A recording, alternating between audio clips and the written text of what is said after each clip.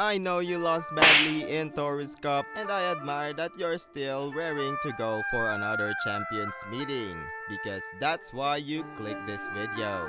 This is the first step of winning, and now I'm going to guide you to your next step.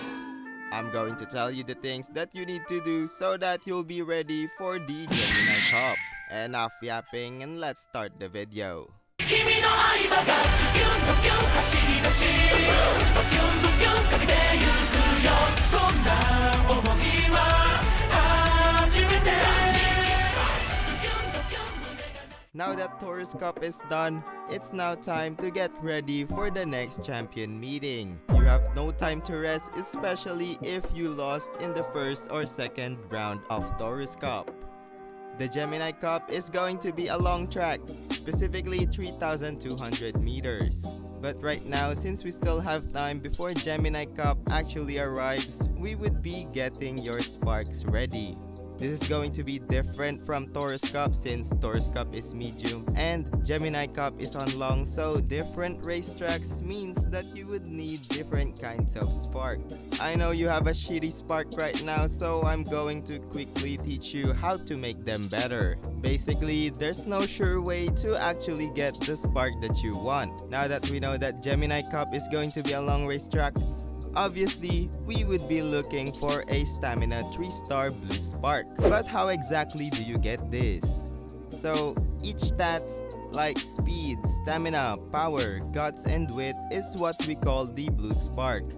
And all of them has a random chance to get by your UMA once you finish the career mode. But what's not random is the star that you get. I mean, it's still pretty random, but you can higher the chance of getting a 3-star spark by doing this. Looking at the table, we would see that if your stat value, for example, on speed is below 600, you have a 90% chance of getting a 1-star and 0% chance of getting a 3-star. But if your stat is at between 600 to 1100, then you have a much better chance on getting a 3-star, and at over 1100, you maximize your chance, which is still pretty low, just 10% to get a 3-star spark, but we will get what we can have. Keep in mind that the stat that is going to spark is random too. For example, you built your UMA to have a over 1100 stamina so that you can get the 10% chance of 3-star blue spark. But since the stat is random, your blue spark became guts and your guts stat is just 300. That means that you would have no chance of getting a 3-star. As you can see, this is why there's a lot of time frame before the next champions meeting. There's a lot of RNG that is going to play in your chance to win. So you just have to pray and get lucky, or you'll be behind again in the next champions meeting. That's one of the things that I hate in this game, is that there's so much RNG involved, and since there is a PvP aspect, they would feel like the game is very unfair if they are getting unlucky, especially when their enemies are getting much luckier than them. So an important note when getting a 3-star spark, don't be bothered if your UMA's grade is just B or C at the end of URA Finale, because this doesn't affect the spark level at all. It purely relies on raw stat numbers. Now that you know that you need to put your stamina stats at 1100 on career mode, now is the time to tell you about the other spark. The other spark that you need to get lucky on is the pink spark. What we're looking for in the pink spark is the 3-star long aptitude. But how do you get that? What pink spark will do is to look at the A-tier aptitude of your UMA. And all of the A-tier aptitude is the only ones that could be a pink spark. For example, your gold ship has an A on turf, medium, long, and end from her base stat. So all of those stats would have the same chance of getting a pink spark. So what we want here is for gold ship to get at least a 2 to 3-star long spark, because this spark allows for your UMA to have a chance of giving a S-tier inspiration spark to other UMAs. And having an S tier on a track would exponentially make your UMA stronger. So even if your UMA has the same stat as their enemy, but your enemy only has a tier on long, you would definitely still win. This would also mean that you can't use the likes of Sakura Bakushino, Marzensky, Daiwa Scarlet, or any UMAs that has no A tier aptitude in long, because there is no chance of getting a long pink spark with them. For the other sparks, green spark will only happen if your UMA is on 3-star on the potential level, and other white sparks are randomly gained from skills and races. The more white spark, the better, but the most important here is the blue and pink spark. Spark farming takes weeks or even months depending on your luck, so don't expect overnight results. Once you got a decent spark UMA, now you can move on to skills that you can use.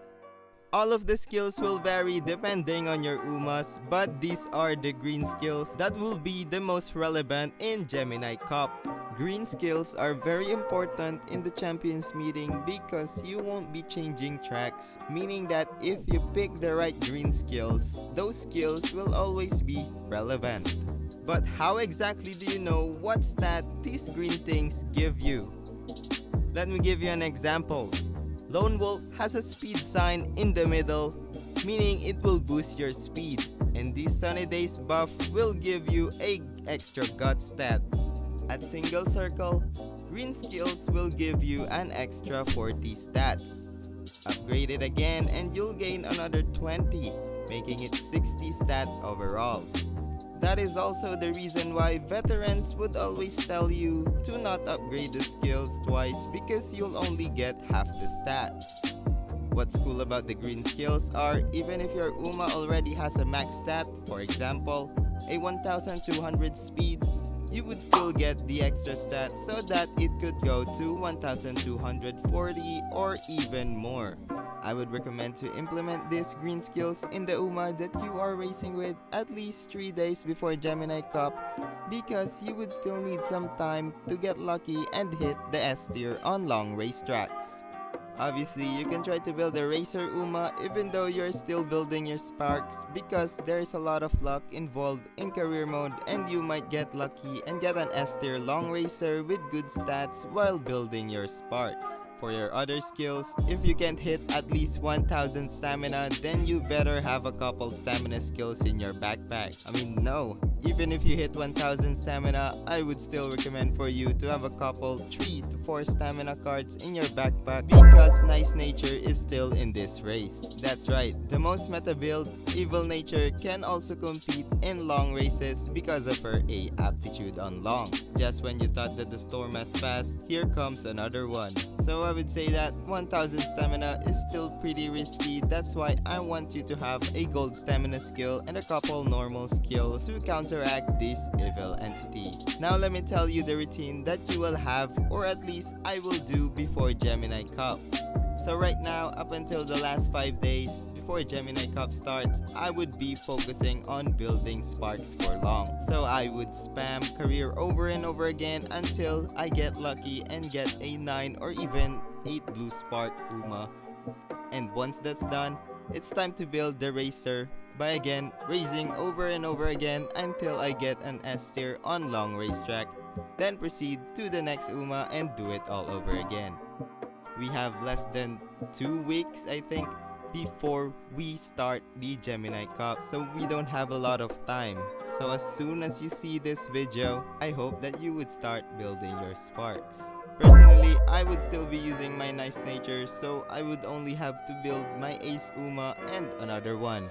The Taurus Cup has been an eye-opener to us on how hard it is to win in that game mode, especially when we are fighting veterans from other servers. Yes, Umamusume is a gacha game first, but it is also an information game, and they are more knowledgeable than us right now. I'm personally gathering as much information as I could so that I could share it with all of you.